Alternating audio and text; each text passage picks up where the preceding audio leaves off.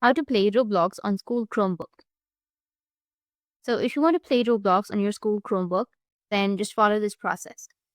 The first method is to play Roblox in your browser. You can visit now.gg and search for Roblox. Now.gg hosts a variety of games that users on less powerful computers like a Chromebook can access via their browser. It's the simplest way to access Roblox on your school Chromebook. Or if that doesn't work, then the second method is to use a VPN. So choose a VPN if you are unable to access Roblox on your school Chromebook. It's likely because your school's firewall prevents you from doing so. You therefore need a VPN, which can provide you with a new IP address, bypassing any restrictions your school has put in place. You can open up your Google Play Store. You can find the Google Play Store in Settings app. Search for the VPN app on your Play Store, and most popular VPNs have apps on the Google Play. You need to find the app for your VPN of choice and install it. After that, connect to a VPN, click on the time icon in the top right corner of your desktop, and then click on Settings and Add Connections. And add your VPN app's name and follow the on-screen instructions.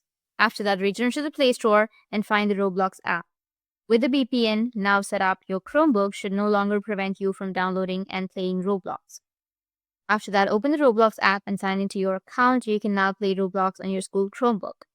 If you still cannot access Roblox after connecting to a VPN, you will need to consider another method, which is you can use a proxy server. You need to find a proxy site. A proxy server is similar to a VPN, although it does not encrypt your data. You can enter www.roblox.com into the proxy site's URL field. If the website cannot load after a couple of tries, consider entering the now.gg link instead.